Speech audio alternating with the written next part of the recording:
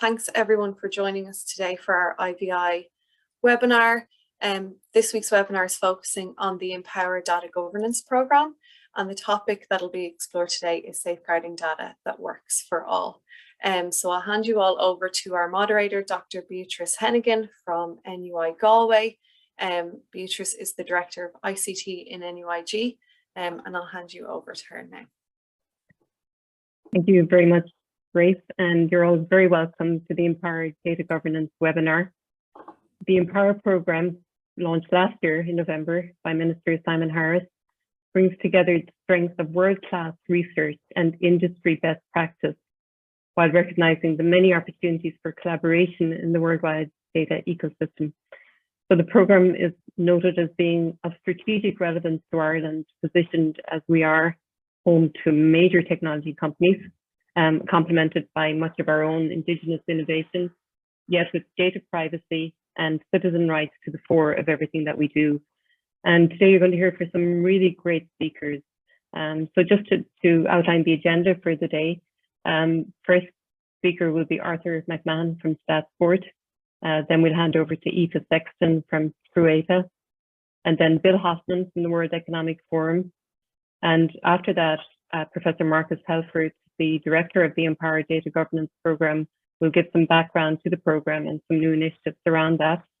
And this will be followed by a panel discussion and a question and answer. So please put all of your questions into the chat or the Q&A. And I suppose just to let you know also that the webinar is being recorded for on-demand access. So without much further ado, I'm going to just give a brief introduction to our first speaker. And our first speaker is Arthur McMahon from StatSport. And Arthur is the Chief Technology Officer at StatSport.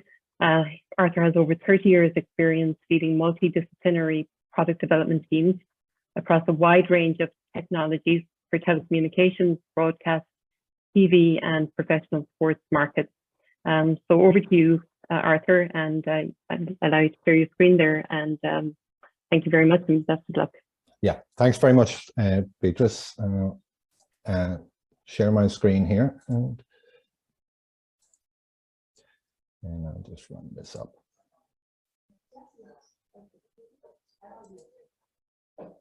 Hope everybody can see this. Yeah, I'm the CTO in StatSports, and I often start slides like this, basically showing the people in the world that actually use our technology on a daily basis. We work with professional athletes across a range of different sports. They use our technology basically to maximize their performance, so that when they come to match day, they're in peak physical performance. So we tend to capture a lot of data, performance data related to the players. We work at the very highest end of sport, and you can see the players that are here in the images wear our equipment every day, and they rely on the data from that players will collect to actually make training decisions so that they can be maximized, their performance can be maximized for match day. While it's the players that actually wear our technology, we just have here just a collection of slides here just to show the sports brands that we actually work with. These are our clients, our customers, and they range across lots of different sports and a lot of different geographies. So the primary sport that we would be involved in would be football, soccer. And for example, we would have 16 of the Premiership teams would be using our equipment, not only for their first team, but down into their under 23s and down into their academies. And because really sports science has evolved over the last 10 years, and they're using sports science methodologies to manage the players and the workload that the players have on there. Just a brief in terms of what our technology is.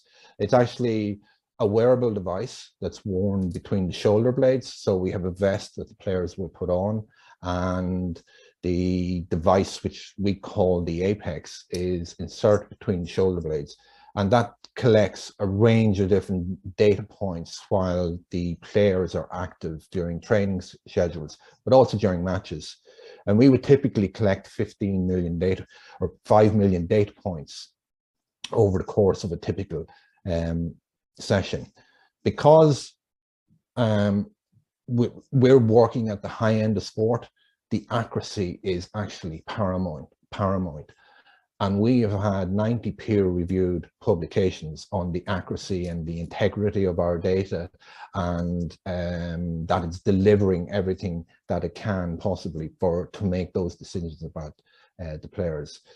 So that's on the hardware side. The key is obviously collecting that amount of data, is actually visualizing that data and providing the insights, not only to the strength and conditioning coaches, but quite often it's actually to the managers. They won't know anything specifically or a lot of detail about the sports science, but will want to be able to visualize what the players are doing, both individually, but also collectively as a team, so that they can compare players within a team. So we've evolved this software over quite a period of time.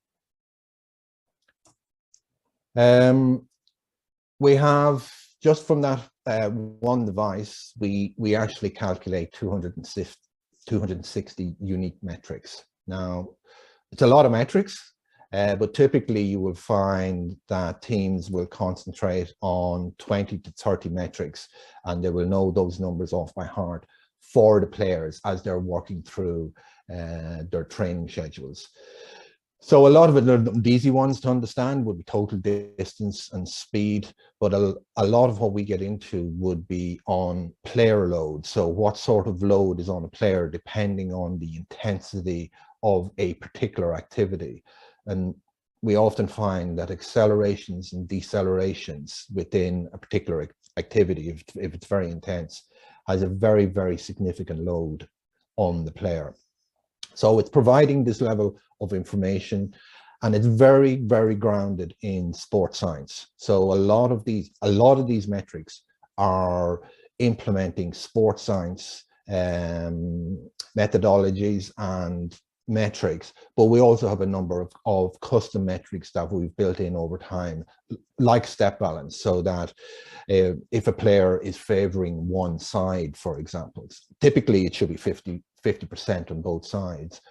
But if for some reason it's 45-55, that could be an indication that the player is favoring one side, and could be the onset of an injury. So they tend to get down into quite a lot of detail within the metrics. This will be a typical workflow in our elite business. So typically we will go out, the players that will be going out training on a squad can be 20, 30 players will go out on a training session. They come in at the end of the session, and they'll take the wearable units, the apexes, insert them into a docking case. Now that docking case is used to recharge the units, but at the same time, we can actually pull that data or ingest that data from all those devices into a computer, where we actually calculate and visualize a lot of the data immediately. The time to do that is very important, and we have that down to about a minute to do a squad of players, being able to give those results to the strength and conditioning coaches. But also what we do is, in parallel, we basically publish that data to the cloud, so that other people within the organization can have access to that data, both immediately, but also longitudinally, that they will do a lot of research on that data over time, and having that in the cloud is very useful for them. That was on our elite business. We also have a consumer business, and it certainly has been, we began initially in working with the elite teams and the elite athletes, but we also wanted to bring that technology out into the consumer space. So we've developed a product which is essentially the same technology, and a lot of the algorithms would be exactly the same. and we have generated a consumer-based product where consumers can buy the Apex pod and use it in the same way as professional athletes, and they can then see their own metrics and their own performance and monitor their own performance on mobile phones. So and we have a combination where some of that data is stored on the mobile phones, but also it is published up to the cloud as well, so that that can be shared with their coaches in the environment. Obviously, in the consumer space, they won't have the expertise or the knowledge, let's say the sports science knowledge that most of our elite clients would have.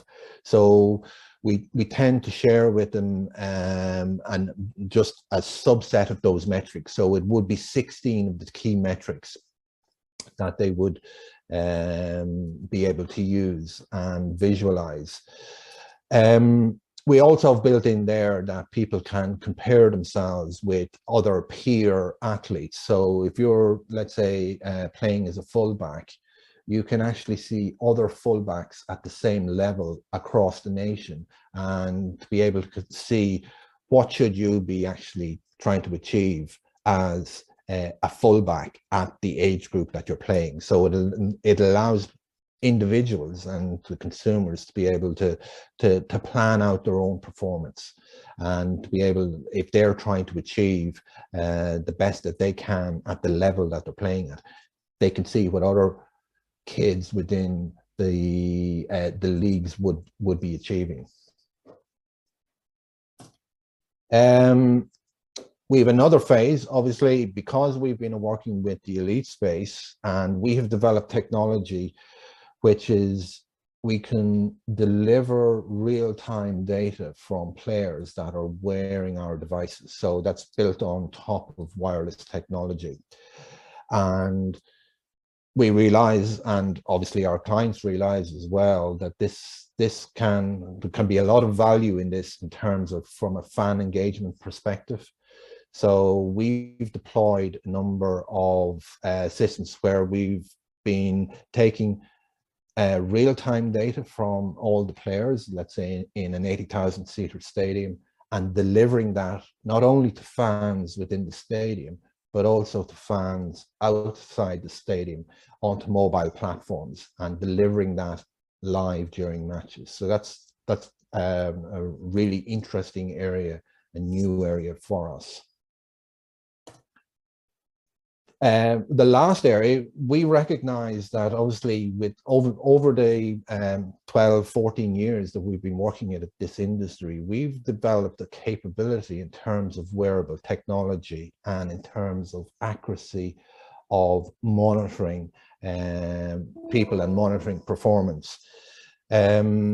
We can see that this can be used in a health environment. So we have recognized that there are particular conditions, let's say within the health environment, where our technology could be utilized and deployed, and it's really in the remote patient monitoring space. And that's quite an interesting area for us as well, in which and again, I think this would be interesting to what Empower are doing in terms of the data security. What are the sort of key challenges? Challenges in, let's say, the 3 different segments, but in the elite space, there's no existing standard within elite sports for transferring data, believe it or not. You might, and clubs could spend 200 million on a transfer fee, but there's no data shared, even though they might have 5 to 10 years of actual performance data on that player within a sporting organization. So there is no way. It's only a matter of time before that data will be shared, let's say, as part of a transfer. But there's no standards to do that at the moment. Obviously, data security, there's been a couple of instances where high-profile players, their data has been publicly disseminated and has created a stir, but it is a big issue in terms of data security and a lot of this data would be very, very sensitive in terms of what are the performance metrics for players at all levels, actually.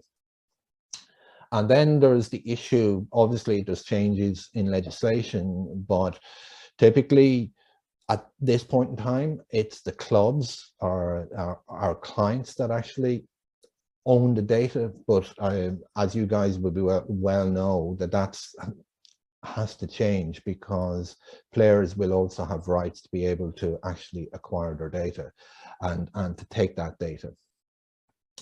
Similarly, in the consumer space, there are no standards, and it's something that I would certainly support and advocate within the group that's here, that there really should be a standard in how data is transferred, particularly in a sports domain, and data privacy. And again, in the health space, one of the areas we're looking here is that longer term, there's a lot of prescribed exercise now for particular conditions, and the data that's captured as part of that physical exercise should actually become part of your medical device record. And obviously then interfacing with the various different health agencies is a challenge for us, because we've come out of the sports and we're not naturally out of the health environment. Regarding Empower engagement, while data is absolutely key to our business, we know ourselves that we are not utilizing the true value of that data, and we're very interested in finding out from yourselves where the opportunities are, how we can grow markets in this space, and what sort of markets or domains would be interested in the data that we would be acquiring, because we now have lots of players that are where there's data being captured every day on them, and we believe that that has a lot of value. So this we see as a big area for us, but we don't have the knowledge in which really to go in there, and that's where we really hope we'll be able to get some help from you guys. So I think that's it, actually, folks. So that's what I was hoping to cover today. Arthur, thank you very much. Really, really interesting presentation. It brings the big data certainly into the picture, you know, when you have 5 million data points in one session. And I'm also, you know, really impressed with the quality of the data, the accuracy, the integrity.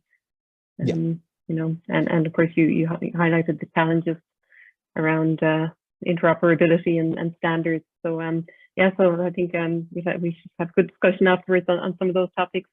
Yeah. Okay. So thank you. Thank you very much, Arthur. Yeah. So now I'd like to introduce Aoife Sexton.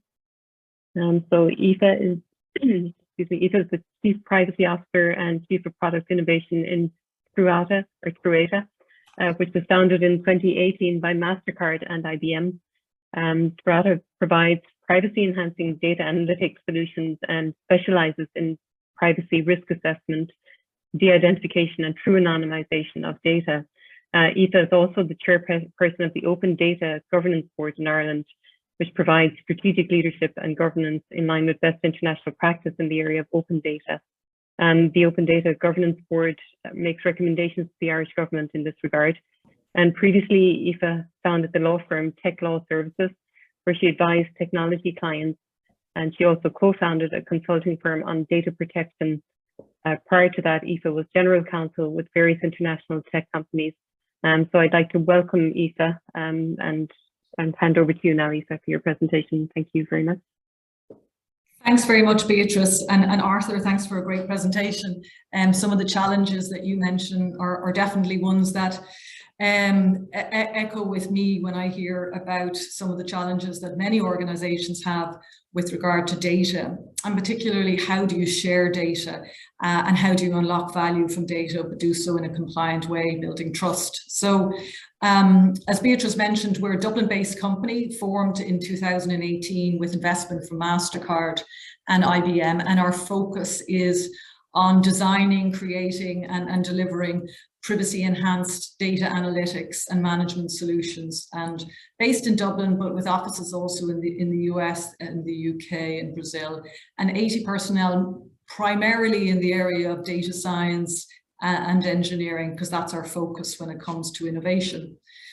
So, you know, Arthur touched upon it, which is, you know, this idea that data now is of such an important strategic asset for many organizations.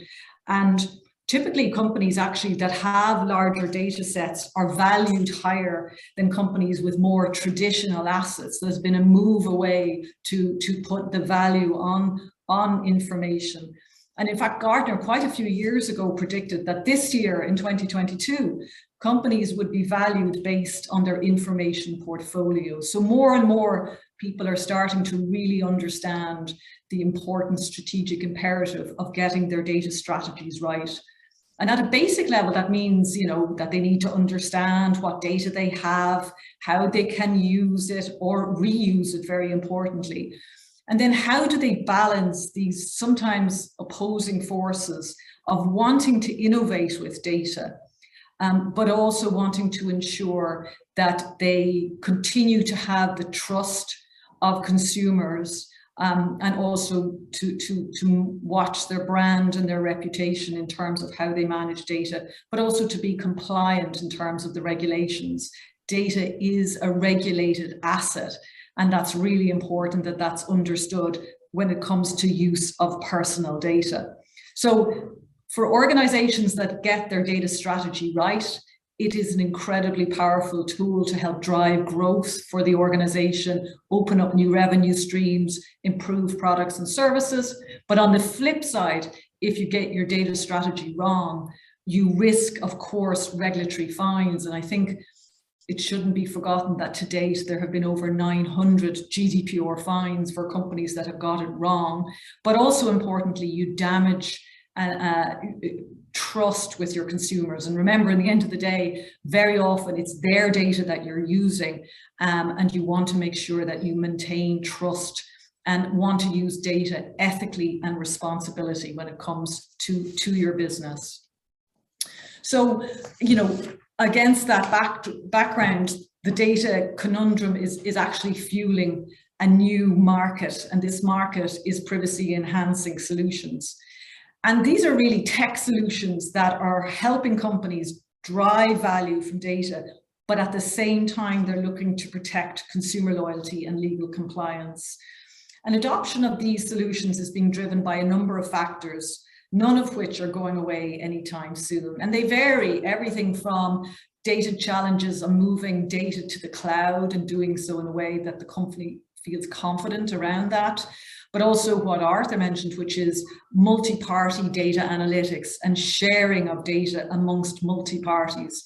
And COVID was even a really good example of that, where many companies wanted to be able to share data that could help as regards COVID and open up, you know, help policymakers, but they really struggled to understand the lawful basis upon which they were allowed to share data that was collected for one purpose, but they wanted to use it for another purpose. So regulation is driving this data conundrum as well, in that companies feel more and more uncertain about what they're allowed to do with data, and there is a proliferation of regulation. And it's not just a private sector issue, it's actually also a public sector issue, in that there is more of an imperative for public sectors to be able to release data. So we have the Open Data Directive, but also we will have this year the adoption of the Data Governance Act, which is an EU act, and that will ensure and impose a requirement on public sector bodies to also release data safely. And in fact, that Data Governance Act specifically mentions use of PETs like anonymization, synthetic data, differential privacy, and others as a way, as a mechanism to facilitate the release of data in a safe way. So this is definitely the backdrop against this new nascent sector, which we call the privacy tech sector, or privacy enhancing tech solutions. And although it's actually quite a new sector and a nascent sector, even within that sector, there has been some maturity. So, you know, what may have started out initially as being tech tooling centered more really on data governance, tools to map data, classify data, catalog data, or simply help somebody in an organization move from an Excel spreadsheet to something a bit more sophisticated. And initially, a lot of these were built within organizations themselves, or had vendors emerging from GRC, governance, risk and compliance backgrounds, and pivot and offer a solution in this space. We then moved into PETS 2.0, as we call it, which was much more about the larger organizations themselves building solutions which would allow them work with data at scale. And then we also are seeing now what we call Privacy Tech 3.0, which is really more sophisticated technology and tooling, which a lot of which has emerged from research labs. And so, you know, very much feeds into the Empower network. And it's predominantly focused on finding ways to innovate with data whilst protecting the rights of individuals, enabling sharing of data safely, and finding ways for multiple parties to work with data. So in a simple way, you could almost say, you know, 1.0 and 2.0 was more around defensive, you know, minding data, safely guarding it, whereas 3.0 is much more offensive. What on the offensive, what can we do with data? How can we innovate with data? How can we release data? But how can we do so in a way that's responsible and ethical? So the type of solutions around governance might have been things, and still are, around data discovery, cataloging, consent managers, how to manage all the multiple data subject access requests that you might get.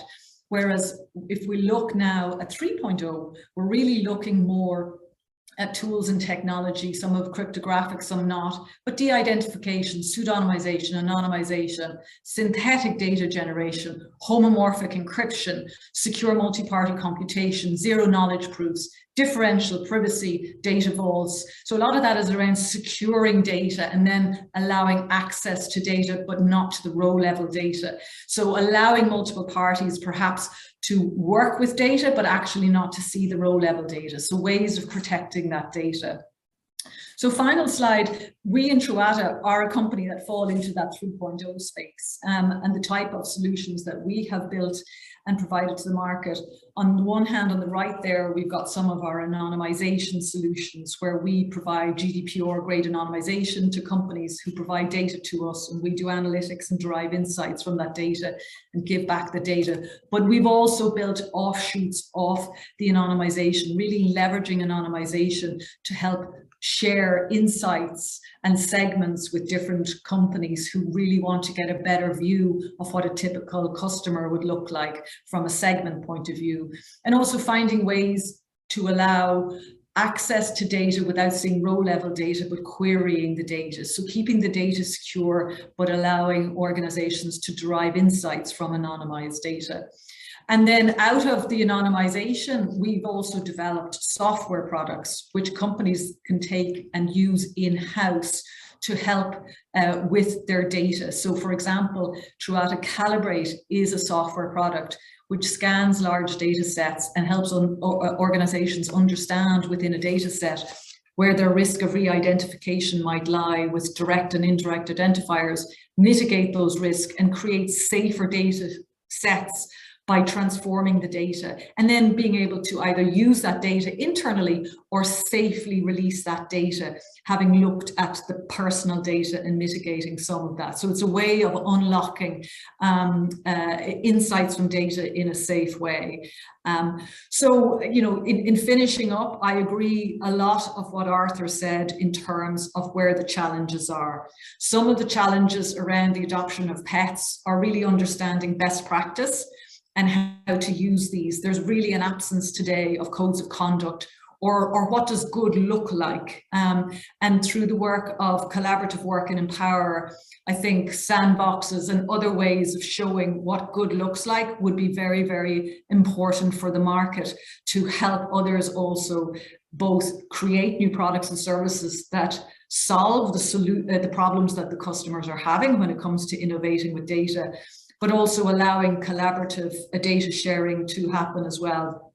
It's one of the things we're also working on is data hubs and data exchanges where we act as a trusted third-party intermediary to allow data to be exchanged in a safe way amongst multiple players as well. So it's very much an exciting new market with massive potential, but there are areas, pain points, where collaboration can certainly help in terms of creating what best practice looks like and framework for adoption. And I suppose my final remark here is actually there's a role also for public sector here, because public sector has vast amount of data, and they can also showcase what best practice looks like when they use privacy enhancing technologies to help them also share data. So with that, I'll finish up. Thank you very much, Aoife. That was really fascinating, and it's wonderful to see the maturity of where we're going from a data privacy point of view. I think we all, as you know, as individuals and citizens, have that concern that maybe we wouldn't have thought about 10 years ago. But I think now we're very conscious of our data and the value of it and how it's being used. So I think, you know, your points around the importance of data strategy, having that in place, and the legislation and being compliant, GDPR, the Data Sharing and Governance Act, these are very important guidelines. But I think what I'm struck by is the coherence that you're bringing to the space, that I think we all knew, you know, vaguely what it was about, but to see PET 3.0 and the value I think that brings, I think it's really interesting. So thank you very much, Aoife, for that. So now I'm going to introduce Bill Hoffman. So Bill is project lead on blockchain, digital assets and data policy platform at the World Economic Forum. Bill has extensive experience in the areas of strategic communications, technology, policy advocacy, integrated marketing, media relations, community building, and executive communications. Bill has deep expertise in building consensus among multiple stakeholders at the intersection of emerging technologies around sustainable development and public-private partnerships. So with that, I'm going to introduce Bill and hand over to you to share your screen and present to us on your area. So thank you very much, Bill. Thank you, Beatrice, and thank you, Aoife and Arthur, for your great presentations as well. Tough acts to follow. Just to introduce myself, as Beatrice mentioned, I'm at the World Economic Forum, and I lead an initiative of what we call the Data for Common Purpose Initiative, which has three sub-work streams. One is on more effectively engaging businesses for leveraging and using data for purposes for the common good, largely leveraging a number of the PETs that Aoife mentioned, as well as just identifying what are some of the risks, right? The business, the legal, the technical risks of linking and connecting and sharing data. Another work stream that we're focused on are those data exchanges in marketplaces, and looking at those entities from a holistic perspective, in the sense that it's not just the data per se, it's how it's used, the analytics, so the integrity of the machine learning and AI processes, the manner in which the data was collected from IoT sensors. And ultimately, where we're really starting to gain a lot of energy and focus is ultimately on the decisions, right, that those insights, those dashboards drive, and the politics that are always, you know, an element in any type of organization. And the problem statement there is there's no shortage of perfectly legal, compliant, accurate, true, timely insights that get ignored for a variety of reasons that have nothing to do with the data. And so that's one of the elements, is how can we actually apply these insights to make better decisions. And the last work stream that we're focused on is on the efficacy, the agency, the trust of individuals. You know, you can look at a variety of different surveys, but the trust individuals have of both governments and private sector actors on how data made by and about them is being used continues to grow. There's a lot of momentum, I think, from an awareness perspective. There's also great progress from a legal and protection perspective. A number of the new acts that are coming through in the EU and in other countries as well is really designed to protect the interests of individuals. And I think there's a commercial incentive too, right, to reinvent business models and to more effectively engage the consent and trust of individuals so that the leverage, the reuse, the long-term value can be created. So those are three dimensions of the work I'm leading. Happy to chat with anybody about how to engage. I guess the things I'd like to share for today's call are just some reflections on what I'll call the data governance narrative that goes back roughly about 10 years, if not prior to that, where big data came up and the opportunities were promoted. And there was, you know, like any technological element, there was the, I guess it's the Gartner element, but the hype cycle, right? The inflated peak of expectations, the trough of disillusionment. And from my perspective, you know, clearly what we just heard on just all the commercial incentives, we're climbing out of that trough and really starting to build some sustainable value and leverage, right, of data in a trustworthy manner. And one of the things I would also share about that conversation is that it's this old saw that comes up, and this comes from some of the most senior leaders, is it's never about the data, it's how you use it. And that many people are always saying, yeah, we're pointing to the moon and looking at our finger. And so I guess the framing that to me is really important is on what are the outcomes we're trying to drive, and how are those outcomes being measured, and how are those individuals that are establishing those metrics, right, at the table, and ultimately, how fairly are those outcomes being measured and accounted for? What struck me in Arthur's presentation was there's all types of analytics on the individual athletes, but they don't get a say in the big outcome. Did they win the game? There's a third-party entity, you know, in US wearing black and white, the referees, and that neutral third party that's really the arbiter of the outcome is the big goal, right? And so one of the elements I would say just from the collective business incentive is the adoption of standardized ESG metrics, these non-financial indicators for how they're doing outside of their standard financial performance. And that these big indicators are being audited by the same accounting firms that are checking all the other revenues that businesses have traditionally disclosed.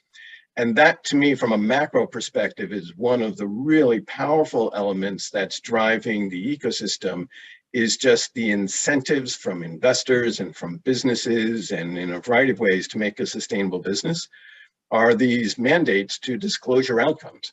And so that that notion is what we call stakeholder capitalism at the forum, but there's a variety of other elements. But just if you're a board level individual and your investors are focused on your carbon reduction, your environmental footprint, your diversity, your equity inclusion, those are no longer CSR marketing elements that you can paper over, that they will now be audited. And I think that's a huge driver for the need to link and collaborate and to share data more effectively, because many of those answers to those questions come from external data sources.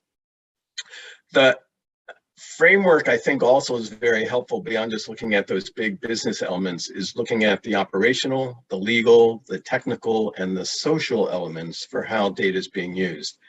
And from an operational perspective, I think one of the things that we're at the forum starting to innovate on these data exchanges is, okay, so how are we going to operationalize those standardized ESG metrics? Along with whatever gets exchanged, do we have, you know, Christmas lights of red, yellow, and green saying that the intended outcomes that the parties that are linking and sharing the data for, are they achieving their agreed upon outcomes, and says who?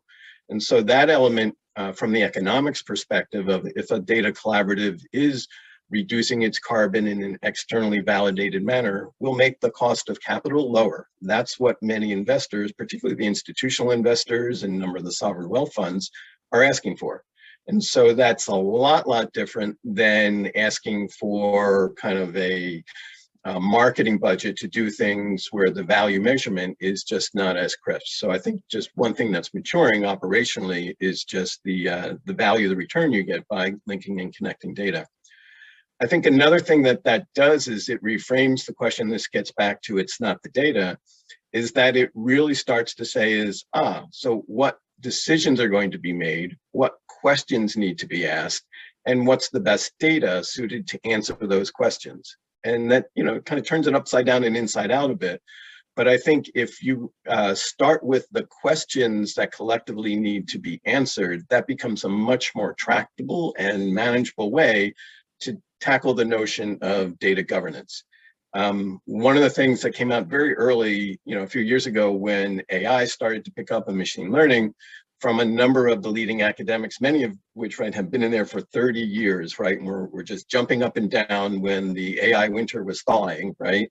Was, they would talk to organizations like the Forum to stop talking in macro generic frameworks. There's such a limited utility that these use cases are highly contextual. So start from the use case, start with the intended impact, and then you can work your way up to the macro and generalizable. And so that framework of start first with your questions, to me, is just a really important way to make sure you're anchored on a context, and then you can come up with an appropriate, legally compliant, equitable governance framework for how the data is being used. From the legal perspective, as mentioned earlier, the fragmentation, the ambiguity, the challenges of enforcement are still with us. And I think that's also another reason to define your use case and not try and solve the universal challenges. One of the things that I think is a really powerful development that's come about in the last 5 years is the emergence of blockchain, distributed ledger technology, smart contracts, where the enforcement and the auditability of how the data is being used, we have the means.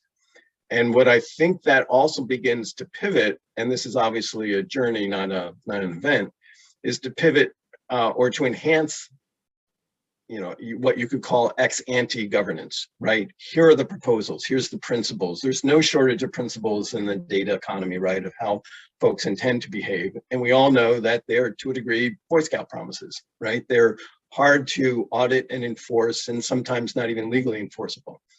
But if you, can imagine a world where the data is tokenized, where smart contracts, in a, I'll call it in a blockchain world, specific uses of data can be audited, strict liabilities can be assigned, and from an ex post perspective, when there's a harm, when damages have been done, you have an audit trail, and now all of a sudden it's much easier to enforce, and it's also much easier to create the incentives to be a good actor.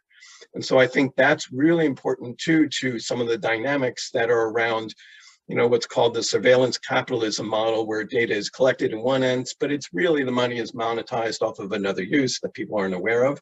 If the continuation of blockchain provides that enhanced auditability, the transparency of how data value is created will be much more transparent, much more enforceable. And I think that goes a long way to strengthening trust throughout the overall ecosystem.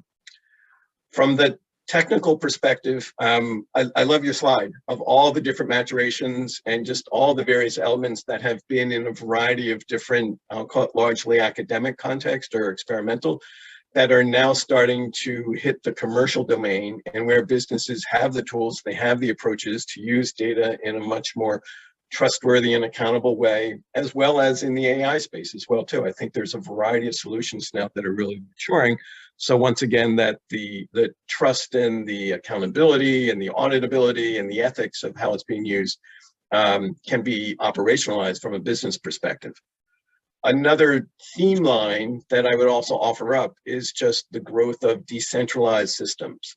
Of when you look at DeFi, when you look at blockchain overall, of the fact that in many ways our models of data needs to be transferred, and that it all needs to reside in a centralized third-party elements, is kind of a dated framework, right? And particularly if you look at some of the work that's going on in genomic data or some of the other highly sensitive areas, that the growth of API frameworks, of distributed systems, of just overall DeFi and just overall decentralized trust, I think is a really important theme that from a technology perspective is just going to make it easier and easier to build and design these systems in a trustworthy manner. And the last one that I'll say just is on the social dynamics. And that's one where I still think there's a lot of work collectively, both from an ecosystem, from a commercial actor perspective, from a government perspective, of just raising the bar on data literacy and doing it in what I'll call human-centered terms. And that gets back to stop talking about the data. What we really need is, here are the outcomes, here are some of the predictive outcomes, here's some meaningful requests that you're trying to achieve, of which data is a means to an end. And here are some smart questions you should be asked about who's touching your data, who's using it, and what happens if things go wrong from a remediation perspective. So I think one of the elements that, you hear this in a variety of ways, is not only educating the practitioner community and, from either government or private sector, but really starting to educate individuals at, in the school systems, elderly people, but just this notion of data literacy 2.0 is something that I think would be hugely helpful. So that we can get through, I'll call it the fog of data ignorance, right? Everybody knows a little bit about it, and it's all anchored on trying to manage, this is a metaphor, right? But manage the carbon atoms in your body. There's so much data, that's just not the right framing. If we can pivot more towards an outcome and the importance of that outcome, both to individuals and to local communities. And there's a whole other riff I could go on in just defining and building out community data cooperatives, so that local communities can really start to have a say in how they want data to be used. I think we've seen that particularly in COVID, of how important local community-based context is to drive trust and to keep people safe and to stimulate an economy. So the message there is, both at the individual and community level, we just got to do a better job of really starting to coach them up. And at the heart of that is just recognizing we've got huge power asymmetries, that the way that this marketplace has evolved, and this is just the nature of complex network systems, but we have a handful of 5,000-foot giants that walk around the rest of us that are, on a good day, maybe 2 meters tall, right? And that the power of those entities in so many different ways is just unprecedented. And so we need to, I think, recognize that they exist, find new ways that we can identify what the risks are if we kind of operate that element, but just making sure that we recognize the world we're in, but then also to do so in a collaborative fashion, because it's my own personal opinion, but the going after the kings of the digital domain with pitchforks and going after them and, break them up, et cetera, I really think that's a fragmented view. Obviously things, can change, but I think that the message here is finding ways that we can collectively work together so that the knowledge can flow to smaller actors, and then we can figure out what to do with it, would be hugely important. So thank you again, and thank you to the other two presenters, and I'm looking forward to answering questions in the Q&A portion. Great, thanks. Thank you, Bill. That was fascinating. A few really interesting points that I've taken from that. One of them, I think, is that not all data is created equal. And I think also we need to think about, look at things from keeping the end in mind, what are those use cases that to get the real value from data. I think the data asymmetry, or the power asymmetry, when it comes to data, is certainly something. And, the social aspects, and, I really like the idea of, educating in our schools, educating our kids around data and the value, and, maybe those more at risk at the other end of the spectrum, where we've elderly people, and how their data is managed, I think is also important. There was a huge amount in that, Bill, and I'm really, really grateful. I think it'll be, make for a very interesting discussion area in a little while. So thank you very much. So the next speaker is Professor Marcus Halford from Empower and the IVI. So Marcus is going to present to us some information on the Empower program itself. So over to you now, Marcus. Thank you. Thanks, Beatrice, for the introduction, and also for all the three previous presenters. So I took, I have several notes here already, and I think the topics around kind of from use cases, from societal impact, from the decisions, then also the business models, to standards, to technology. And I think it's an exciting area, an exciting world around this data-driven business models innovation. And on the one side, that these opportunities, so I think there are plenty of opportunities when we look at data, sharing data and what we can do with data. And on the other side, that we establish this in that trustworthy way, responsible way, that we really set a data environment, a data ecosystem where it works for everyone. I think this is a really important aspect around this. And so I think the topics, the issues, but also the questions, I think the open questions, what the speakers in this webinar raised, resonates very well to the Empower Data Governance Program. And like, I'm really excited about that opportunity with the Data Governance Program around the topics we address, the scale, the collaboration, and I hear also collaboration as an important element within that. And that's one of the key pillars within the Empower program. So it's not just one particular element, it's a collaboration of 4 Science Foundation Ireland funded centers. You see the logos here on the slide. And it's also a collaboration between industry or public sectors or organization enterprises, the research community in Ireland and international. And it's also the involvement of the wider stakeholder groups, policymakers. So really building a community where we can address some of these challenges and maybe looking at what does good look like to make really a framework, aspects around it to make that new data world, data governance, that it works for everyone and that we really can avail of the opportunities, but also on the other side, looking at risk and considering all the constraints on it. So my name is Marcus Helfert, so I'm the director of Empower the Data Governance Program. I'm also a professor at Maynooth University, and I'm leading that program, but it's only leading, it's really a collaboration around this. And what we have one program, we have 4 collaborating centers, and we have that opportunity for a program for 4 years. I think we need 4 years, but also from the scale. So it's a significant program. So roughly about of the value of 10 million, but also like I like that figure around, we counted roughly estimated we have the reach and connection to 1,000 researchers, experts in that community. So we have already the scale to address significant challenges within that. So to bring the various people together, so to basically address the different thematic areas and to establish data governance, best practices, standards, so to weigh how data governance can work in certain application domain and to foster a global or a data ecosystem around this. So the next slide is a little bit overloaded, but it reflects the topics we are addressing. So, and that is so roughly the research agenda. So we structured it on 5 pillars, the data governance areas of interest. So one is more on the data markets, data ecosystems, data value, business models. So all the business and maybe societal impact what data can have and how to manage these and how to establish these data ecosystems.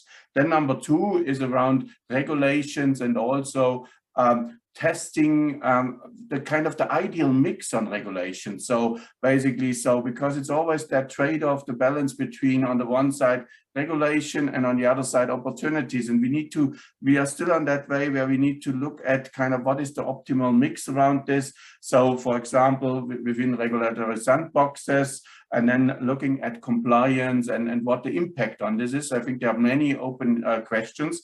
Then on technology, privacy preserving technology. So Eva mentioned some aspects on this. So I think there's also a lot of opportunities on technology, using technology right, using, for example, also machine learning, artificial intelligence to automate, but also advance certain data governance practices. So to really scale and allowing for scale and allowing for anonymization and in that trusted world way to share data. So I think technology is a really key cornerstone, and that's why it's also in the middle here in the program. Then standards.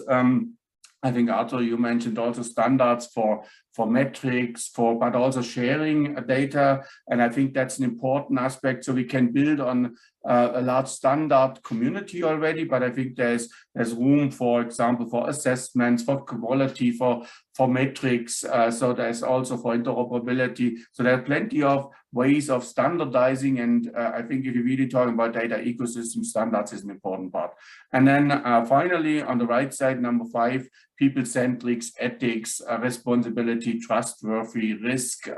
So the wider aspects on this. So it's really framed into, on the one side, trustworthy, and on the other side, business opportunities, and establish a framework, establishing these best practices. So how does data governance really look like, that it works for everyone? And so we're working with companies together. So I also invite partners, companies, if they're interested in some of these aspects, working particular in that, to let us know, to collaborate, because collaboration is, I think, a key part in this, to really address that, and maybe sharing also expertise and opinions, how that good looks like. So we also thought about application scenarios, and Bill mentioned use cases, scenarios, for example, also the community one. I think to understand data governance in particular areas, in particular application domains, in particular use cases is essential. We just have on this slide 4 important ones, and also with the movement and fostering of data spaces in Europe, I think there's lots of opportunity on industry, also climate, mobility data, public data, community data, and also health data. I think is an interesting area where we have both privacy concerns, and on the other side also significant impact on data sharing. So these are example application areas where we feel that there's actually a lot of potential, a lot of need actually also for data governance, data sharing, trustworthiness around this. And also these data spaces, I think, provide a lot of opportunities for exploiting data in a trustworthy way. So we're working on particular research projects within the Empower program, but we also feel there's a need for bringing a community together, a community of practice, where basically also a range of companies from larger enterprise, smaller SMEs, professional associations, technology providers, but also researchers and the public sector and policymakers can work together and discuss issues on data governance, and then also sharing, providing, and co-creating these best practices. So where basically when we establish usually working groups around this, where best practices can be codified, described, and then shared within the community. So, and we are now in that journey with Empower, where we establish the community of practice and inviting a range of stakeholders. So it's open, it's called open innovation around this, where we really aim to co-create what good looks like and best practices around data governance. I would like to invite organizations, individuals, if you are interested in contributing, participating in that community of practice, let us know. You have the email here, so that's the Empower Data Governance webpage with the info@ email address on this. And then we build that community, so as a community of practice, and we aim to have a first workshop end of next month, where we typically prioritize and working with the community together, and then shaping working groups. So it's a more bottom-up approach. It's really that co-creation, open innovation, contributing on this, because it's kind of, if you put all the expertise together, I think we can really create something great on this data governance framework, and really provide a framework of these best practices which works for everyone. So on the one side, for the business opportunities, I think are important. Societal benefits are important, but also I think that ethics, trustworthy, that it works really for everyone, that everyone actually has that transparency within that. So that's the aim of the community of practice for data governance. So if you're interested, let us know. We will facilitate this and bring the various stakeholders together. So I leave it to this. That was just a short overview on the Empower Data Governance Program, co-funded from Science Foundation Ireland, together with the 4 SFI research centers. And as I said on the beginning of my short presentation, I'm excited about that opportunity to really work on data governance. I'm in that area as an academic in data management, data quality for about 20 years. And I think now is really the time to actually really widen this up into these data ecosystems. And so I think this is fantastic. And also the momentum which generally like companies, public sector, and also on the policy side, for example, the Data Governance Act in Europe, what momentum it took now. So I think this is really great, and we can see a lot around opportunities around data. So I stop now. Thanks very much, Marcus. And I think Empower Data Governance is such a timely initiative to have in place. And I think one of the things we're seeing is the international aspect of our data and how we manage that. So from there, please feel free to put any questions or comments into the chat or into the Q&A, and I'll address those to the panelists. But perhaps just to start off with something that's quite topical, just an item that I read over the weekend, and it talks about transparency around data, and with what's going on at the moment in Ukraine, the horrific situation there. And one of the items mentioned was a registry of beneficial ownership to allow for traceability around, what are those companies, those shell companies that are hiding, I suppose, the true ownership of companies. But what I noted from it was some countries are far more proactive and open with how they manage their data. And I suppose I might start out asking yourself, Aoife, because I think it has a relevance for open data.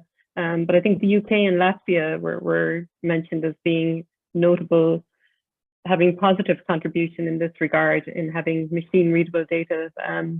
Other countries maybe not so much. And really the question is, how can we encourage the use of open data and the engagement with open data? I think you might be on mute there. Yeah, just trying to unmute myself. Oh yeah, grand. Thank you. Yeah, I mean, it's a slightly different one, because very often in this field I'm in, we talk about transparency, but we're more relating it to personal data. So that's data about an individual and the individual's rights. What probably you've brought up is more data related to transparency on corporate data, and that probably brings in other legislation in terms of corporate law and other areas. But I think the principle is the same as it applies in both instances. It also is to do with what was mentioned earlier, information asymmetry and people feeling that they really don't have an awful lot of information, and there are certain key players who hold it and others don't. And I think part of it, and a slight tangent, but part of it when we talk around individuals and transparency, one of the things that individuals say is that it is so complex to get information from organizations about what happens with their personal data. And I think many, many years ago, people built up the idea of personal data around consumers having a lot of responsibility about really understanding what's happening with their data. But to a certain degree, with the way in which the digital economy has evolved, I'm not sure anymore that individuals can really follow anymore what's happening to their data from a personal data perspective, because it has got so complex. So I really think a lot of responsibility actually lies with the organizations that have the data, the need to act responsibly and ethically. Just because you have data doesn't mean you should use data, because that data does belong to individuals and tells about the lives they live. So this is where I think things like the technology and the framework and best practice is really important, because it's really more, in my view, more about the companies and the institutions that hold the data and their collective responsibility around what they do with that data, and less about consumers trying to figure out what happens to their data when it's in these corporations, because there's too much information asymmetry and it's not transparent. So I'm not sure, Beatrice, I've actually answered your question, but it is another area that I think it brings up around transparency generally, and this feeling of confusion that many have in terms of following data and understanding what happens to data. Yeah, no, that's great, Aoife. Thanks, and it certainly brings a relevance. You know, I suppose a lot of it does come back to the individual. So thank you for that. I might go to you, Bill. I know you mentioned about ESG and you know, how corporations, you know, they aspire, I suppose, to, you know, to link in with that. That's a very topical area at the moment. But you know, if you wanted to take that and maybe expand on what Aoife has said there. Sure. So I think, well, it comes from a variety of vectors, but I think it's just the long-term sustainability of businesses is that, you know, the people on the planet are not externalities, right? And so just from an overall sustainability of a business, these other classes of outcomes need to be measured.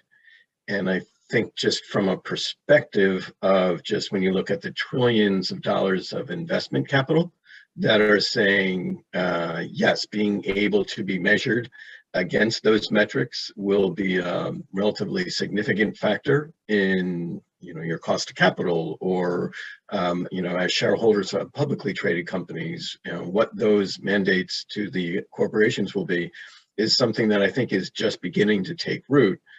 I think another element that would be exciting for this opportunity as it relates to those ESG related outcomes is to stand up some particular use cases where it's not just senior leaders talking in general terms, talking about the intention to disclose and then having some general disclosures, but some real working use cases of, okay, so this is what they're talking about in practice. Just to dive into the details, there's a use case that the World Economic Forum is doing in one of its innovation hubs in Norway, which is tracking the carbon emissions of large international cargo ships, right? And so just from a scope 3 emissions perspective, just from an ability to externally see how much, right, are these ships reducing their carbon, that's now a publicly available element.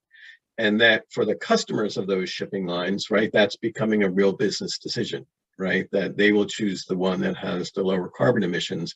And so it's directly core to their business strategy, right, which is different than before, where I would say it's, to a degree, some of the engagement in public-private data exchanges was for kind of reputation brandishing, right, or to kind of prove out a concept.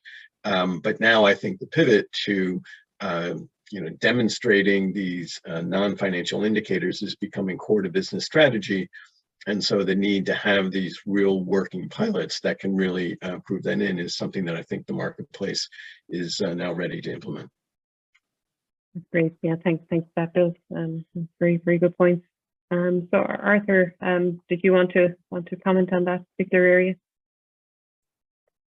Yeah, it's an interesting point, because I would have said, even from, let's say, certainly within industry, but even within the marketplace we're working in, there's actually a lack of knowledge. And I often look and say that take a lot of the large federations that would be international, they're not even thinking about data at this point in time. Even though if you look down in various different countries, there's data that is being captured on players worldwide, and they have no policy on that, or how that data is going to be treated, or how it's going to be managed in terms of the privacy. They're not even looking on the commercial aspects of that at this stage, and part of that is just a lack of information, or because their sole focus will be on their sporting organization, not on the data aspects of it. And we can take examples of it, that we have our technology goes through an approval process so that it can be worn in games across a number of different sporting organizations. And it's all about the safety of the players, which is absolutely fine, but there's nothing about the data. And in some respects, the data can, if misplaced or put in the wrong hands, can actually cause those players a lot more damage. But it's not something that's on their radar. And it just comes back to your point about, I think there is certainly a means of educating, and there are certainly obviously companies where data is core to their business, but it's where it's not core, but actually can have significant impacts down the line if they don't address these situations now. So that's my experience of it. So okay, that's great. Thanks for that, Arthur. And Marcus, do you want to come in on those points? Yeah, in particular, zooming in again on the open data aspect. So I think there is a lot of possibilities with open data, and open data is not a new concept. It's there for a while now, but it didn't take up the momentum which was expected around this. And I think it's an interesting question. Why didn't it take up? Because the concept itself is fascinating, to share data in an open way, and people can build innovation on this innovative tools, technology, services around this. So for example, also, I think in most countries now there's from the government somewhere an open data portal, which provides some of the data, and then basically creating new ideas and new innovation around it. And so generally they didn't take up as was expected. And I think there are several issues on this. It's first of all, maybe the quality, or at least the perception on the quality might be not, so who ensures the quality? That's one aspect. Who ensures also that basically data sets are for the long term, like for a longer period actually in that quality available. So that kind of actually protecting investment around this and ensuring that actually data sharing really happens around this. And when we bring that to data governance, the kind of the entire way of actually contractual issues, practices around this, how do we actually ensure it's not just a once-off sharing, it's actually an ongoing way. And I think also the use cases on the end, I think it's really to make it very concrete what actually the benefit of that data happens, and showing that. And that's bringing back to data governance. I think is also important that we can show in certain areas how good looks like, how our best practices look like, and what the benefit of this is. It's not an additional effort. It's actually something which is beneficial on the end for the business, but also for the entire community, society around this. So I think we can learn a lot from the open data community and transfer that into these data ecosystems, and taking some of the learnings maybe from the data open community. Beatrice, might I just comment on that, just to chime in with what Marcus has said there. So the datagov.ie has a data portal available in Ireland, and I just quickly looked it up, and there was over 13,361 data sets from over 150 publishers. So in fact, in Ireland, there has been quite a lot of success in the publication of open data, and that's sort of been recognized internationally. And that said, there has been a 5-year strategy. It's coming to an end this year. So the Open Data Governance Board is now looking at the strategy for the next 5 years, which seems an awful long time in the world of data. But along with that, picking up on what Marcus has said, is a reflection on what's worked, what hasn't worked. And, it is sometimes got different stakeholders. You have citizens who look it up to want to know, about what's happening on perhaps a climate level, but also you've got businesses and startups who might be looking at how could they innovate with data that is available from the open data portal. So over the next few years, the next 5 years, we'll also have to take into account the regulatory impetus coming from the Open Data Directive, but also from the Data Governance Act and from others as well. So I think the open data community have done well, but there's more work to do from that. And to Marcus's point, how can we ensure that we have the right data, the right quality, the right APIs, to operationalize this so that more people are actually using it. That's great, Aoife, thanks. And I actually think that some of what you've said there goes back to Bill's point about having that use case, you know, and what is it that we want to do, you know, rather than just throwing data out there. And sometimes maybe you put the data out there and some innovator comes along and thinks about doing something with data that maybe we didn't think about. So I guess it's a little bit of a chicken and egg situation going on there as well. I suppose something that I think came across on several of the presentations around data, the value of standards. You know, I know Arthur referred to it when he talked about the sharing of sports data, you know, between different teams, different entities, and what we can do there. So just to get your opinion on that, what kind of standards, maybe what kind of an ethics framework even that might need to sit around that as we look at standards. I might go to you, Arthur, first on that. Yeah, certainly. As I said, a lot of data is captured by ourselves and our competitors, but there's no interoperability between them. So a player can move between different clubs and they would move different technology sets. So there's, so that is part of the problem. I think coming down the line, as I said, though, if somebody's involved in the transfer, data is not transferred regarding that player in terms of the performance data. But that's only a matter of time before that happens. But what we'll need in place for that will be standards and interoperability. So I can see it. I can see the requirement coming. It's probably going to come a lot quicker than I anticipate, but it's I think it's something that we need to do. And then because we're also looking at, let's say, the health side, it really becomes very important there, and it's how it transfers. So what would be performance data and the type of data that we would collect, that obviously makes sense going into ultimately if it's going to end up in a medical health record. So it absolutely needs standards there. So that's, I can see lots of different opportunities in back to Bill. I can see the use cases as well for it. But it needs to come together. You need all the stakeholders involved to put that together. And I think that's part of the problem, because sports science is in its infancy. So it hasn't got to that stage yet where the different stakeholders will come together to standardize it, but it's only a matter of time. So.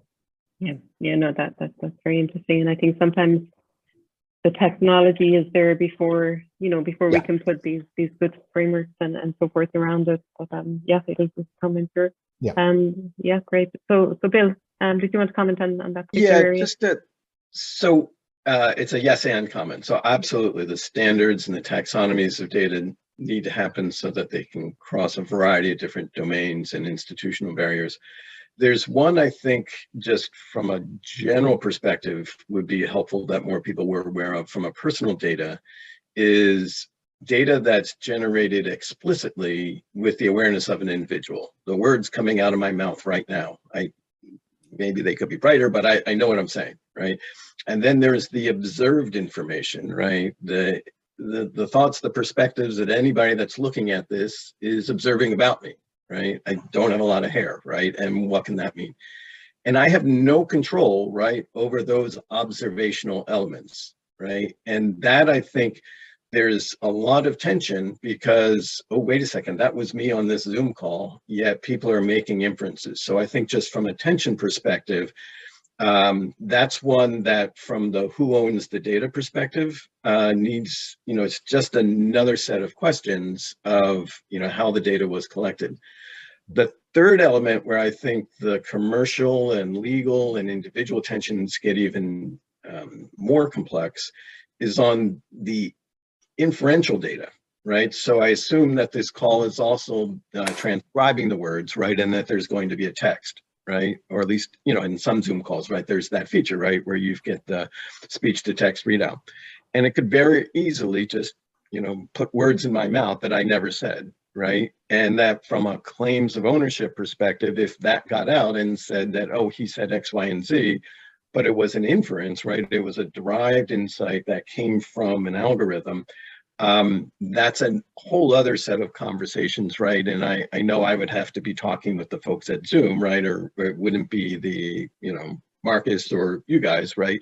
So the use case here is the the individually created data, observed data. Hey, stop looking at me when you're walking down the street. Good luck enforcing that one. And then all of the algorithmic inferences about individuals of what they're going to do next has a whole different set of tensions, political incentives, et cetera. And so it's just a framing of the who owns the data, right? And the right to my data is really a lot more complex because there's just a variety of different tensions and investments. There's no easy answer in that, but having spent a number of years in the personal data conversation, one of the most inefficient conversations, right, is kind of an absolute discussion of it's my data, what don't you understand about it, right? That's going to lead to, that there's a lot of tension there. So that's something that I would just offer up that's been around for a while, and I think is a helpful framing just to have a more productive conversation. Yeah, absolutely, Bill, and perhaps data quality comes into play there. And I mean, when you mentioned about the inferential, think of the justice system and the damage that can be done if data is inadvertently misinterpreted. So absolutely, that is crucial when we start talking more about AI, etc. Great. So Marcus, did you want to comment on that area on standards?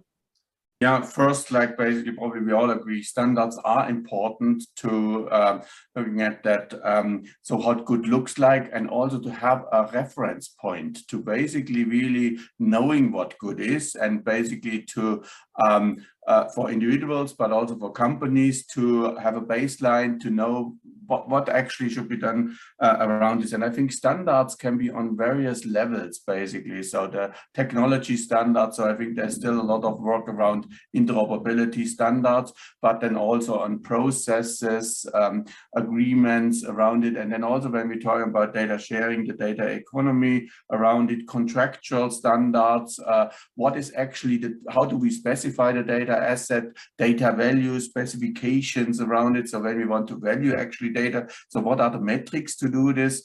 So I think there's a lot of ranges on it, and then there's also a variety of standards. So there are the national standards, the European standards, but there's also the de facto standards. So around this, so I think we need to think a little bit broader on the standards, way that we basically see that as reference point, how good looks like on these various levels, and bringing that together. And of course, the standards also evolve, but we don't have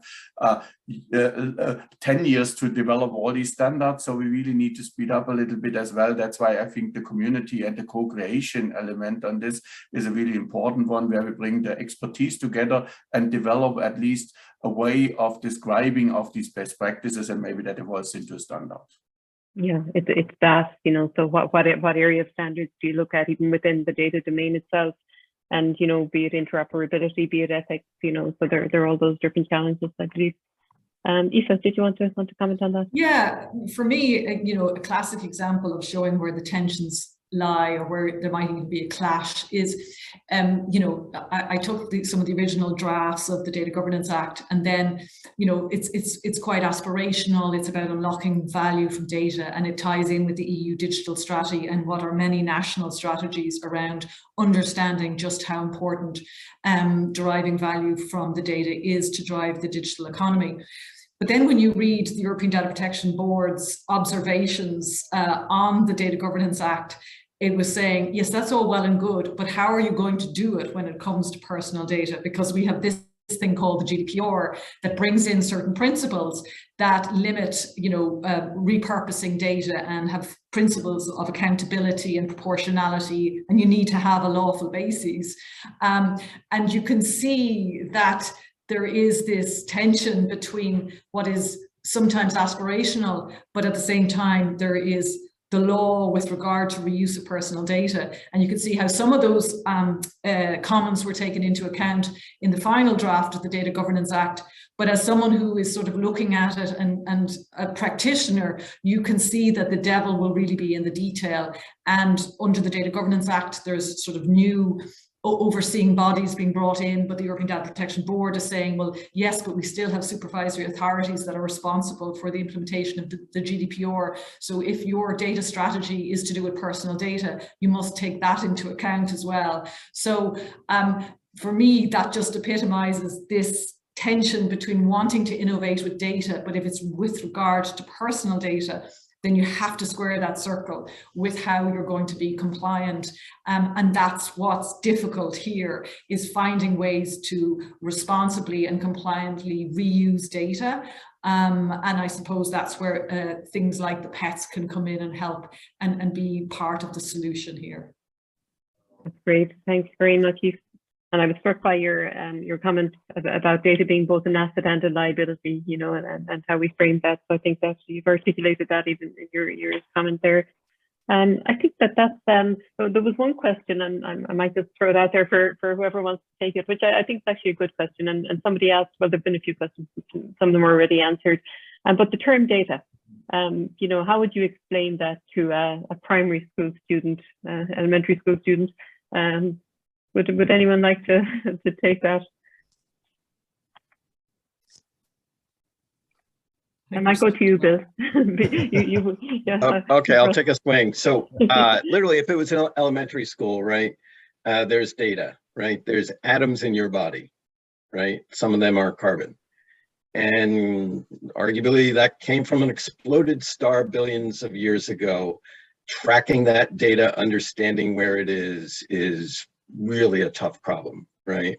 And then there's information, how that data is combined, used, how it's applied to do things, right? So the carbon in your body, you know, is what can make you breathe. It can also poison the earth, right, as far as carbon. So the information can be used for either good or bad purposes.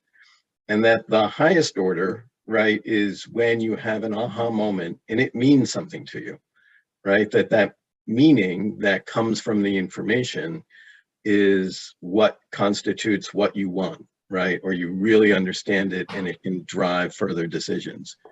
And so just from a hierarchy perspective, you know, data is an inert, lifeless, some would argue valueless element, where the value gets created is how it gets used and how that usage aligns with certain values and principles. So hopefully that helped. We could be here a long time. If, listen, I think that was really excellent. Thank you very much. And I think that's pretty much taken us down to the wire with our time. So I'd like to thank all of you, Bill, Arthur, Marcus, Aoife, and thank you very much for your time. It's been a fascinating webinar. Just a quick notification on another upcoming webinar from the IVI. And yeah, so it's a responsible use of AI for person empowerment on health and well-being. And that webinar is on April 28th, 2022 at 3 p.m. So just another excellent event organized by the IVI that is coming up. So thanks everybody, and thanks to all the attendees.